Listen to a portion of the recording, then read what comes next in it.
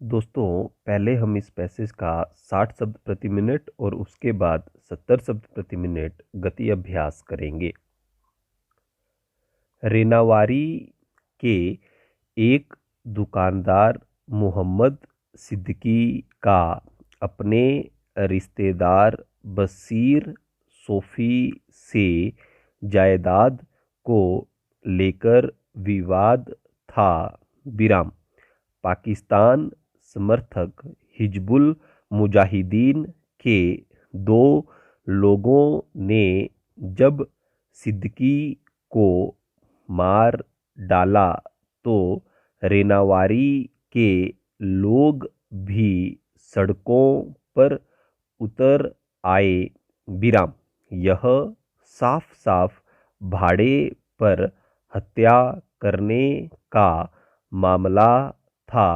सिद्दीकी के भाई मोहम्मद वही ने बताया कि बशीर ने दोनों उग्रवादियों सबीर और अयूब को 5,000 रुपये दिए थे, जिसकी पुष्टि बीएसएफ के सूत्रों ने की।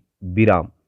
हत्या से नाराज 300 निवासी जुलूस की शक्ल में अयूब के घर गए और घर से सारा सामान निकालकर उसमें आग लगा दी। विराम।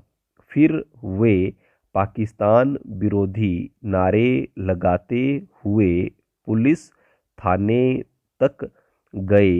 विराम। सिद्दीकी के पीछे घर में उनकी पत्नी जूना बानू, 4 छोटे बच्चे, बीमार पिता और भाई बचे हैं। विराम।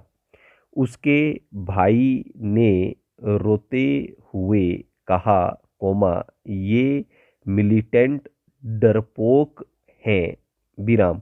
भाग गए, लेकिन अगली बार कहीं दिख गए तो मैं उन्हें नहीं छोड़ूंगा, भले ही वे हथियारों से लैस हो। विराम। पंजाब की तरह यहाँ भी उग्रवाद भारी मुनाफे वाला पेशा बन गया है। विराम। आम तौर पर 15 से 25 वर्ष के युवक भारी कमाई के लिए उग्रवाद का रास्ता अपना रहे हैं। विराम। अब यह संघर्ष व्यक्तिगत मौज मजे का जरिया बन गया है। विराम। शिकायतें दर्ज कराने आ रहे लोगों की बढ़ती संख्या से सुरक्षा बल के लोग चकित हैं। विराम। मसलन, श्रीनगर के सैनिक अस्पताल में एक दिन एक 15 वर्षीय लड़की अचानक मदद मांगने पहुंच गई। विराम। वह मोहल्ले की लड़कियों के साथ एक मौलवी के पास कुरान पढ़ने जाती थी। विराम। एक दिन मौलवी ने उससे बलात्कार किया और बाद में लगातार साथ सोने पर मजबूर किया। विराम। उसे 7 माह का गर्भ था। विराम। लगभग ऐसा ही मामला बीएसएफ वालों के पास आया। विराम। एक पति ने उनसे मदद मांगी क्योंकि उग्रवादी रोज उसके घर आकर उसकी पत्नी से बलात्कार करते थे। विराम। 70 शब्द प्रति मिनट गति अभ्यास। रैनावारी के एक दुकानदार मोहम्मद सिद्दीकी का अपने रिश्तेदार बशीर सोफी से जायदाद को लेकर विवाद था। विराम। पाकिस्तान समर्थक हिजबुल मुजाहिदीन के 2 लोगों ने जब सिद्दीकी को मार डाला तो रैनावारी के लोग भी सड़कों पर उतर आए। विराम। यह साफ साफ भाड़े पर हत्या करने का मामला था। सिद्दीकी के भाई मोहम्मद वही ने बताया कि बशीर ने दोनों उग्रवादियों शबीर और अयूब को 5,000 रुपये दिए थे, जिसकी पुष्टि बीएसएफ के सूत्रों ने की। विराम। हत्या से नाराज 300 निवासी जुलूस की शक्ल में अयूब के घर गए और घर से सारा सामान निकालकर उसमें आग लगा दी। विराम। फिर वे पाकिस्तान विरोधी नारे लगाते हुए पुलिस थाने तक गए।